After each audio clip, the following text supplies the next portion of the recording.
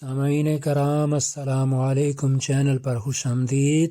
برتری خلیفہ ہارون رشید اور ملکہ زبیدہ کے دو بیٹے تھے، ایک کا نام امین اور دوسرے کا نام مامون تھا۔ امین ملکہ زبیدہ کا لاڈلا جبکہ مامون خلیفہ ہارون رشید کو بہت عزیز تھا۔ ملکہ زبیدہ کو اس ناانصافی پر بادشاہ سے شکایت تھی۔ ایک دن ملکہ زبیدہ نے خلیفہ ہارون رشید سے طنزاً پوچھا، یا امیر المومنین، امین مامون سے زیادہ خوبصورت، شائستہ اور ہر لحاظ سے بہتر ہے، پھر کیوں آپ مامون کو اچھا سمجھتے ہیں، اسے امین سے زیادہ پیار کرتے ہیں اور امین پر ترجیح دیتے ہیں؟ خلیفہ ہارون رشید ملکہ کی بات سن کر پہلے تو مسکرائے اور پھر کہا، اے ملکہ، اگر تم وجہ جاننا چاہتی ہو تو ٹھہرو، ابھی اس کا بید کھل جائے گا۔ یہ کہہ کر خلیفہ نے اپنے ایک مشیر خاص کو طلب کیا اور حکم دیا کہ فوراً شہزادہ امین کے پاس جاؤ اور اس سے سوال کرو کہ اگر آپ خلیفہ بن جائیں تو مجھے کیا انعام دیں گے۔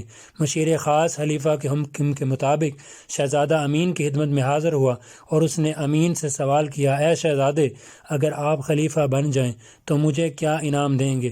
شہزادے امین نے کہا، مشیر خاص، میں تمہیں انعام مصر کی حکومت سونپ دوں گا۔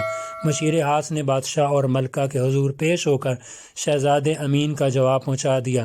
خلیفہ ہارون رشید نے اس کے بعد مشیر خاص کو حکم دیا، اب شہزادے مامون کے پاس جاؤ اور یہی سوال دہراؤ، پھر مامون جو جواب دے اس سے ہمیں آگاہ کرو۔ چنانچہ خلیفہ کے حکم پر مشیر نے شہزادہ مامون کی خدمت میں پہنچ کر وہی سوال دہرایا جو اس نے شہزادہ امین سے کیا تھا، یعنی اے شہزادے، اگر آپ خلیفہ بن جائیں تو مجھے کیا انعام دیں گے؟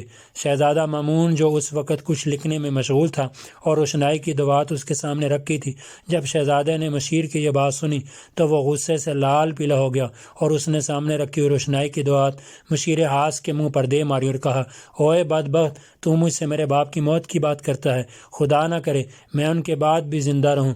مشیر خاص نے خلیفہ اور ملکہ کے روبرو پیش ہو کر جو واقعہ پیش آیا جوں کا تو بیان کر دیا۔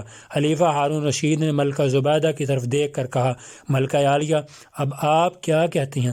ملکہ زبیدہ نے جواب میں شرمندہ ہو کر سر جھکا لیا۔ ویڈیو اچھی لگی لائک کیجیے گا، شیئر کیجیے گا۔